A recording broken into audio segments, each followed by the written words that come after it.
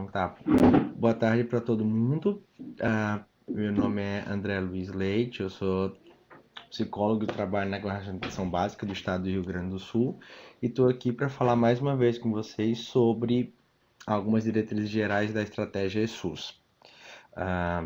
Eu queria começar falando um pouco da estratégia SUS como um todo e do seu objetivo geral, que é uma ação lá do DAB, para tentar mudar um pouco os processos de trabalho de saúde no SUS a partir de um sistema de informação que possa gerar informações mais individualizadas e que possibilitem a centralidade do cuidado no usuário, mudando o lugar do sistema de informação dentro da atenção básica. O ESUS, ele apresenta, do ponto de vista dos programas, do ponto de vista das soluções de informática, dois componentes que funcionam em caráter complementar.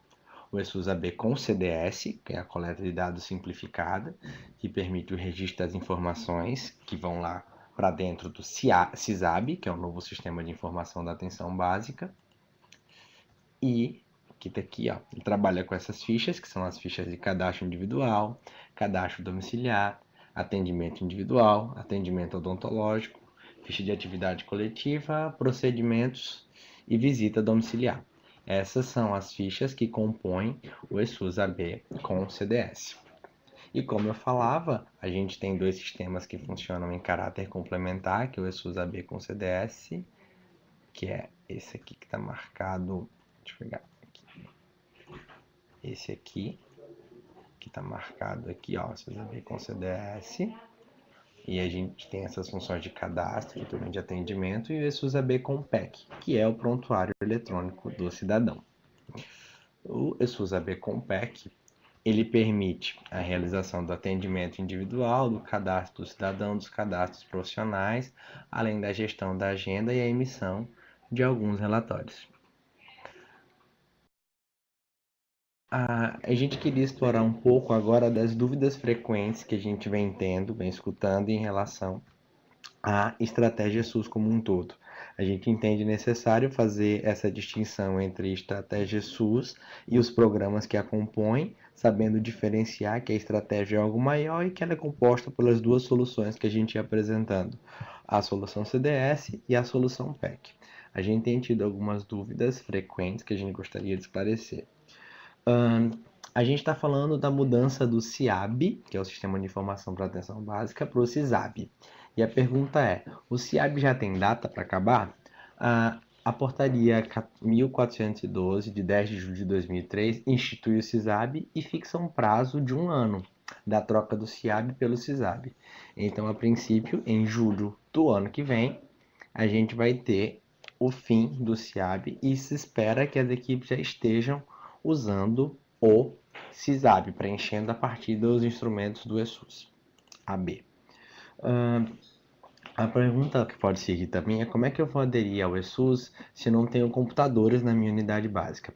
É importante deixar claro que a adesão às fichas e a um modo de coleta diferente do modo de coleta de informação que se tem no CIAB já é aderir à estratégia SUS.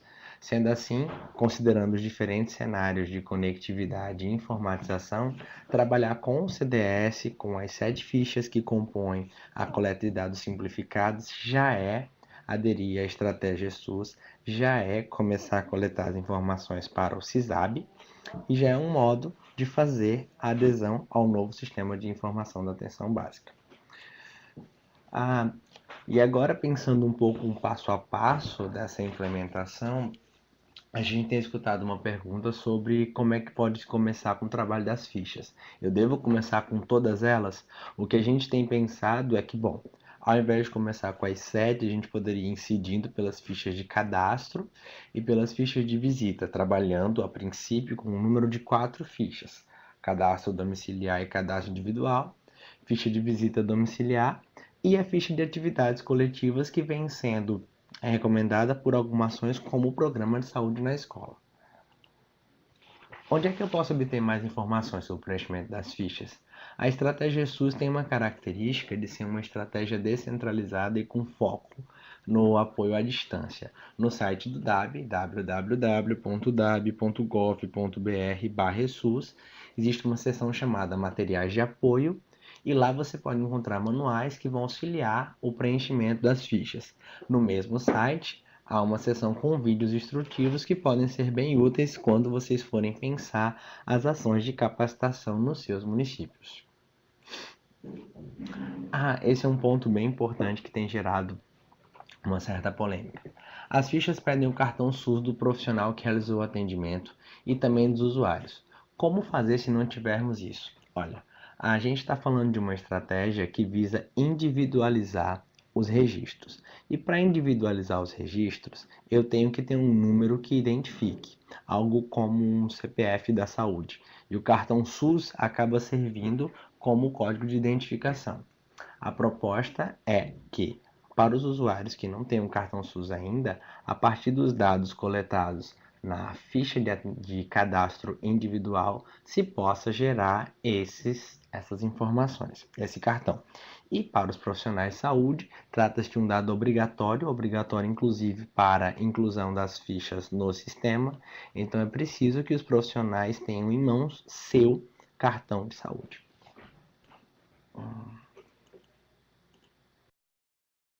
Tem vindo muitas perguntas sobre os dados da Semana de Saúde da escola, dos grupos de tabagismo e também de hiperdia. Onde é que são feitos esses registros? A ficha de atividades coletivas do ESUS é a ficha que se destina a preencher esse tipo de informação. É nela que vocês precisam fazer as anotações dessas atividades doravante, porque ela será a base que vai passar a alimentar o hiperdia, que vai passar a alimentar as informações sobre o grupo de tabagismo e onde vai se colocar as informações coletadas na Semana de Saúde na escola e no Programa de Saúde da escola. Um outro ponto que a gente tem notado que está gerando uma certa dúvida é em relação à transmissão dos dados da Semana de Saúde da escola, dos grupos de tabagismo e de hiperdia. Como é que se dá a transmissão de dados no ESUS? Bom, a gente precisa que vocês façam a digitação das fichas, e para digitar as fichas vocês vão usar o coleta de dados simplificados.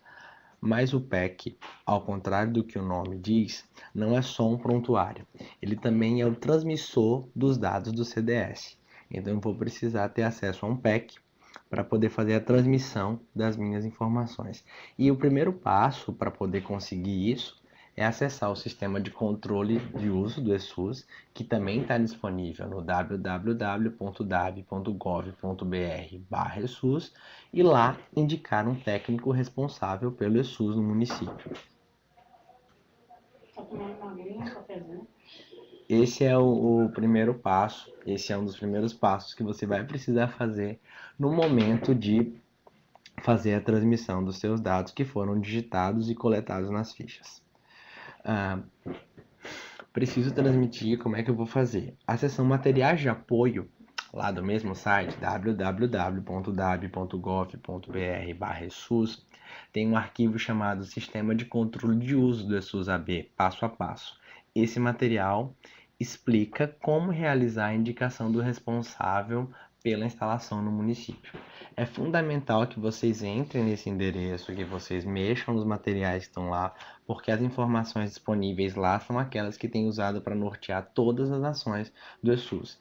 Constantemente está sendo atualizado, constantemente tem novidades lá, então nesse momento é importante que a gente se mantenha atento a esse site. E aí vocês começaram a fazer essas coisas e se viram com dúvidas em relação a como prosseguir. O suporte técnico para o SUS está acontecendo a partir do 136. É uma ação do DataSUS e do Ministério que disponibiliza um helpdesk via telefone que funciona das 8 às 20 horas de segunda a sexta, e vocês podem acessar ligando para 136. Quando vocês ligam para 136, vocês vão escutar uma indicação tipo telemarketing. Vocês vão discar a opção 8, Sistema de Informação, e depois ligar a opção 3, Suporte ao Sistema ESUS. É fundamental que vocês esclareçam suas dúvidas lá, porque eles estão bem atentos e podem atendê-los prontamente. tem nos perguntado bastante se haverá capacitação presencial sobre os usos do sistema eSUS. A estratégia prioritária de capacitação vai trabalhar com modalidade semipresencial. Entretanto, há capacitações presenciais a serem oferecidas pelo governo do estado a partir do primeiro semestre de 2014. Tem também um outro ponto que tem causado uma certa angústia nas nossas equipes, que é como aderir ao eSUS se não tenho computadores em números suficientes na unidade. Ora, se a gente vai trabalhar com uma estratégia de prontuário eletrônico para atendimento ao paciente, eu preciso de um número de computadores iguais ao número de pontos de atendimento da minha unidade. Para cada consultório, um computador. A proposta do governo do estado é que a gente, via Secretaria de Saúde, ofereça aos municípios apoio financeiro para a compra de computadores e também para a adequação da infraestrutura necessária à melhor utilização da estratégia SUS. A gente quer passar recursos para comprar computadores e para a infraestrutura elétrica e de conectividade nas unidades para que a gente possa aderir com todo à estratégia SUS. E essa também é uma ação prevista para o primeiro semestre de 2014. O que os municípios precisam fazer para receber esse apoio de infraestrutura do Estado? Bom, eles vão precisar aderir ao plano de implementação estadual e vão precisar fazer uma avaliação da infraestrutura das suas unidades básicas de saúde.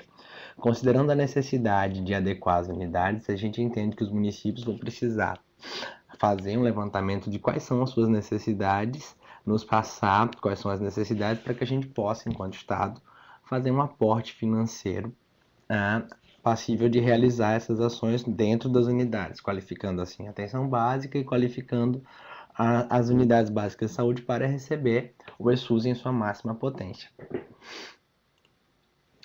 A proposta dessa apresentação era trabalhar com as dúvidas que a gente tem mais ouvido e fixar um pouco nas dúvidas que vocês têm, porque acontece que a gente tem cenários de entendimento muito diferentes. A proposta era fazer uma apresentação curta e abrir um espaço de mais ou menos 40 minutos para responder perguntas. Essa era a ideia que a gente tinha para a apresentação de hoje. Acredito que as meninas vão agora organizar um pouco a ordem das perguntas e a gente fica aqui para responder.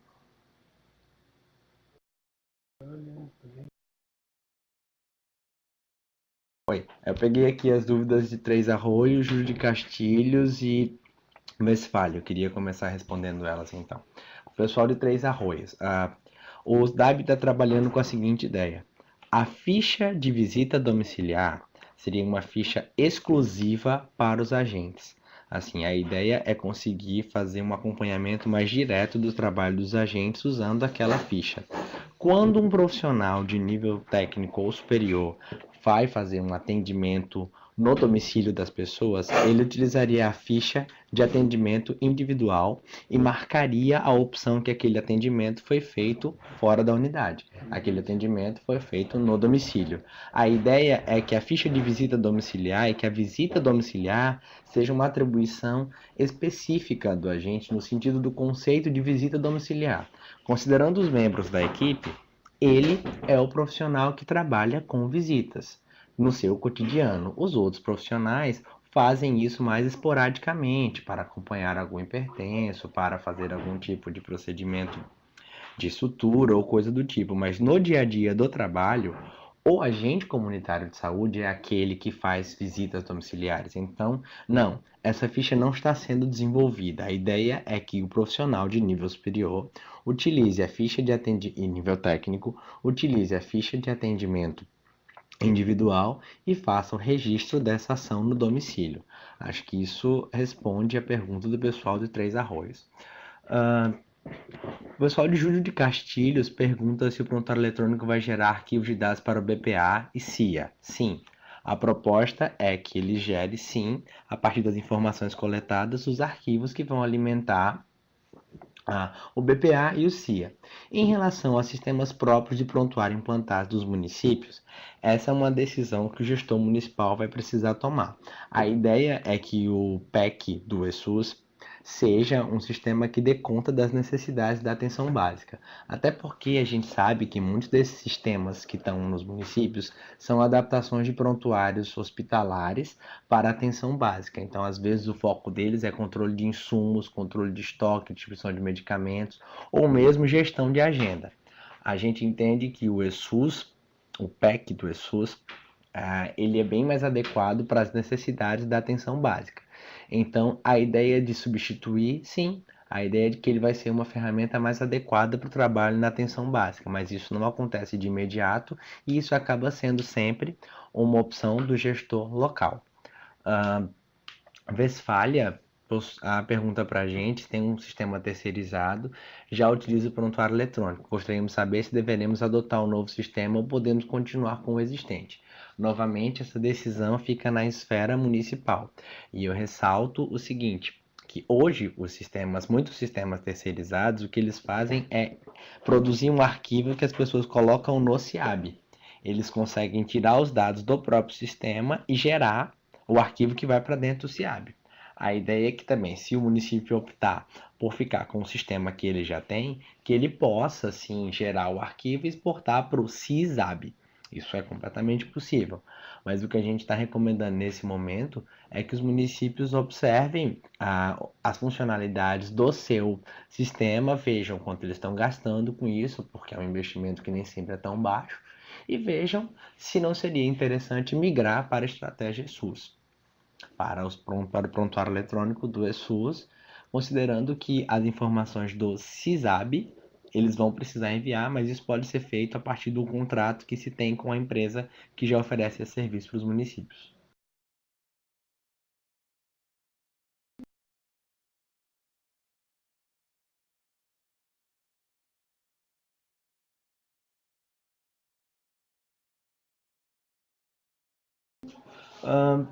A Santa Rita Amaral pergunta para a gente sobre o prontuário eletrônico estadual. O que acontece? Quando a gente vai manter um prontuário eletrônico no nosso município, a gente fica responsável pelo banco de dados e manter um data center é algo que custa uma quantidade considerável de dinheiro e que implica numa série de atribuições e que a gente entende que nem todos os municípios conseguem ter isso agora.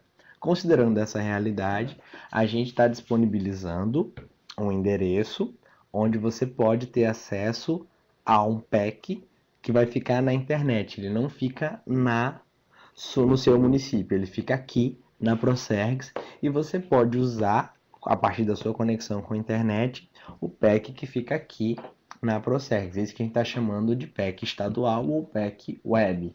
Assim. E aí, em relação ao prontuário eletrônico estadual e a FA, a gente tem escutado algumas conversas com os trabalhadores sobre a questão da FA servir para comprovar o atendimento por conta da assinatura que as pessoas assinam a FA e isso acaba salvaguardando os profissionais de saúde, acaba sendo uma segurança de que aquilo foi realizado e a gente tem algumas informações sobre isso. Bom, no momento que a gente está preenchendo o prontuário eletrônico, ele trabalha com login e com senha, a gente tem a informação que está lá dentro, a informação que é de responsabilidade do profissional que colocou.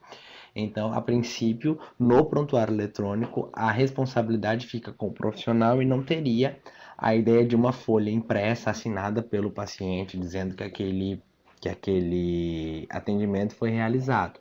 A princípio, legalmente não tem, né? Necessidade. A princípio, legalmente, a gente não teria necessidade disso por conta se as pessoas estivessem utilizando o prontuário eletrônico, isso não seria necessário, até porque legalmente isso não é algo estritamente necessário. Então, a FA não seria mais necessário. A enfermeira Samantha nos pergunta qual a atribuição do agente de saúde no ESUS. Bom, a atribuição do agente comunitário de saúde ela continua sendo a mesma que está colocada pela política de atenção básica. Ela não mudou do acompanhamento dos grupos prioritários, de trabalhar basicamente com visitas. O que a gente tem a partir da implementação do ESUS?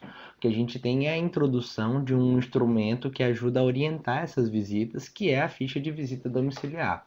A gente tem ali uma indicação das coisas prioritárias a serem vistas em uma visita e que acaba ajudando a orientar um pouco o trabalho dos agentes. Há pactuações locais a serem feitas no que diz respeito a vai ser o agente que vai digitar as fichas que ele trabalhou, como é que isso vai se dar dentro do cotidiano de trabalho, mas isso não muda as atribuições dos agentes dentro da estratégia SUS, do que é diferente do que ele está fazendo já cotidianamente. O que vai ser preciso fazer é uma certa organização considerando a introdução desse novo instrumento de trabalho, que é essa ficha.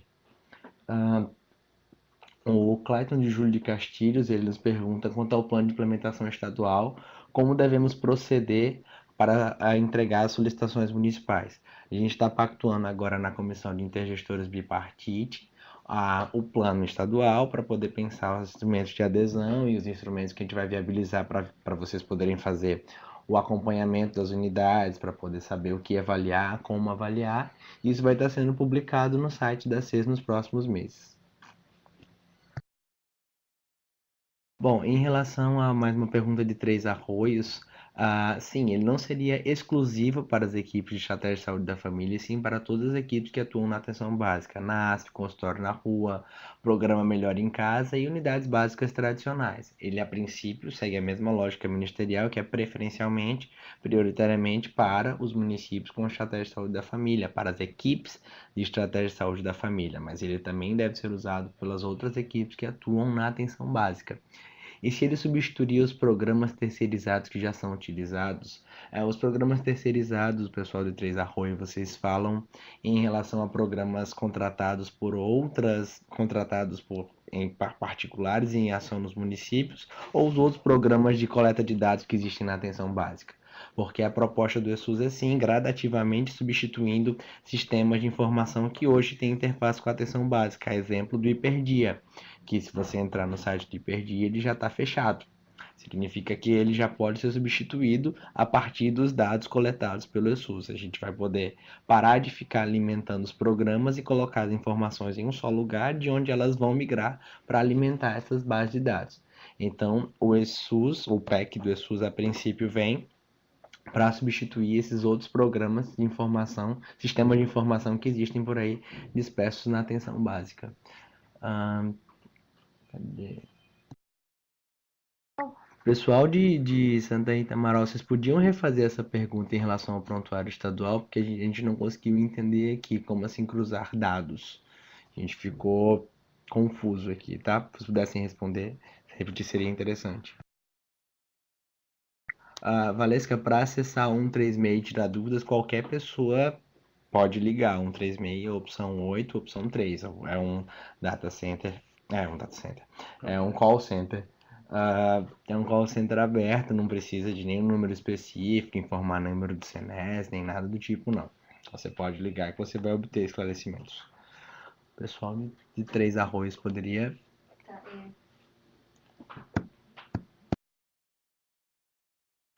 O pessoal de Júlio de Castilhos, ele usa sim a base de dados tanto do SCNES como do CadWeb. Inclusive, o PEC consulta os cartões existentes. Se ele está conectado à internet, ele faz consulta ao banco do CadWeb e já traz a informação do usuário a partir do número do cartão e a partir do CPF. A SF Santa Rita Amaral em relação ao prontuário estadual. É importante ressaltar o seguinte: o prontuário estadual ele não é muito diferente do prontuário que vocês vão ter acesso no município, se vocês instalarem aí.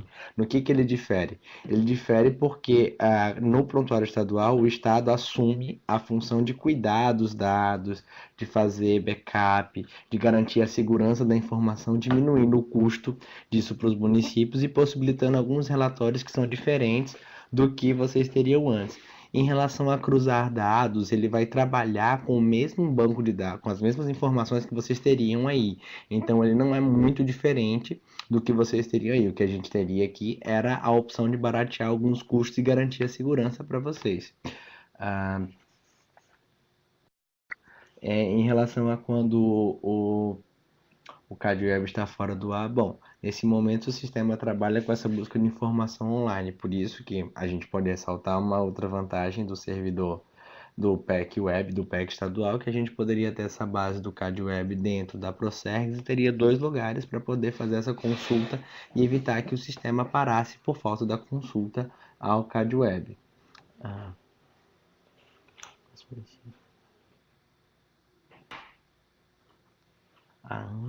Peraí. Amaral é da... Amaral. Agora a gente pegou uma informação aqui sobre o Amaral.